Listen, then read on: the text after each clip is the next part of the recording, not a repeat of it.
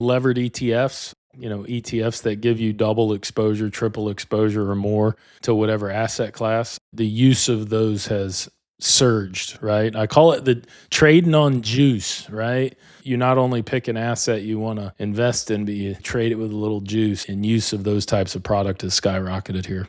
Yeah, there's a lot to unpack here.